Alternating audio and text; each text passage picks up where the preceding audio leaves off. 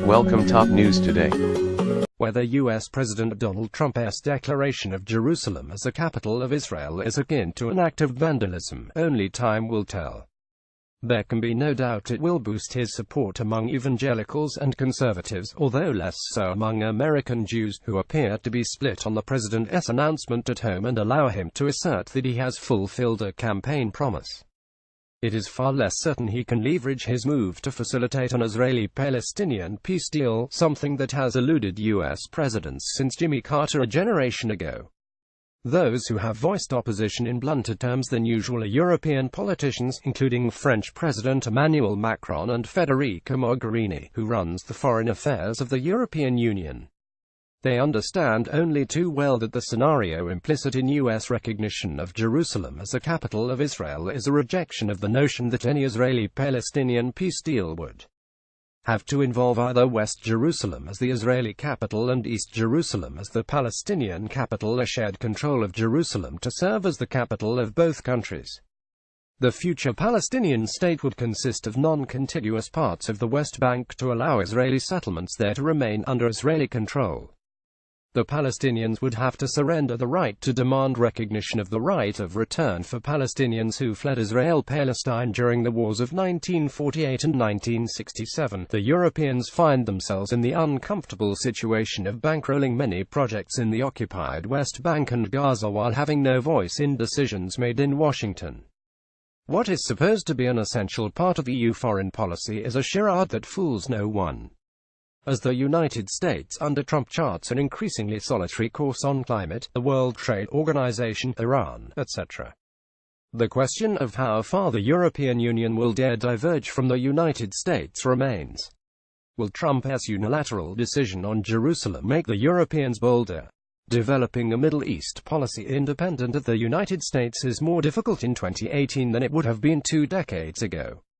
Autocratic self-preservation and the Saudi-Iranian rivalry, coupled with disastrous U.S. policies, of which the recognition of Jerusalem as the capital of Israel is only the latest, have wrecked countries across the region and fostered anger and frustration to the suffering of the Palestinians. Add to that concerns about the plight of the Yemenis and the Syrians. The much hope for transition to democracy has morphed into a battle for the retention of political control that puts Europe in a very difficult position. Europe has a vital interest in the stability of southern rim Mediterranean countries, but it has not played its cards adroitly. It has done little to back the unled mission trying to find a solution to the conflict over the future of Western Sahara. It got involved in Libya without a long-term understanding of the consequences of the not-old military operation. It was lucky Algeria intervened, with the full consent of Tunisian leaders, to stabilize North Africa's smallest country in 201,115. Europe faces an imperial challenge that includes exercising influence in its periphery in ways that have a greater affinity with the requirements of empire than with those of an interstate system.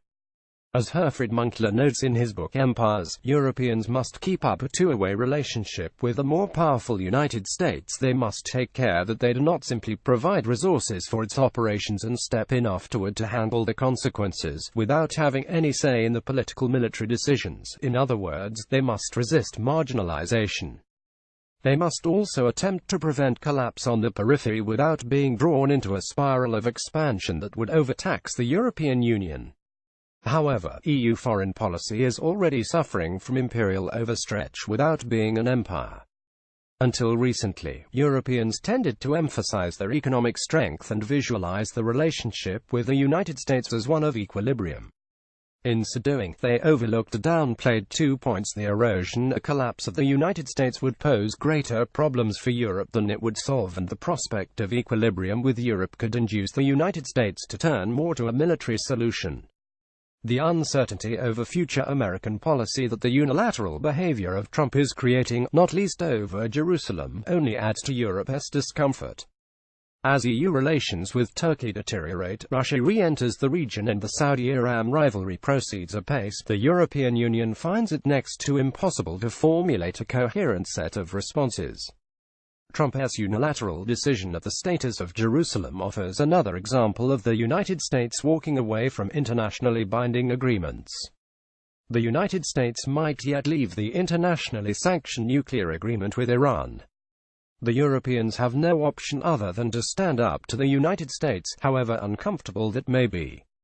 In a region racked by political, ethnic and ideological conflict, respecting the international rule of law is the only way to avoid sliding into a all-out war. Francis Gilles is an associate fellow at the Barcelona Center for International Affairs. Copyright 2018, The Arab Weekly.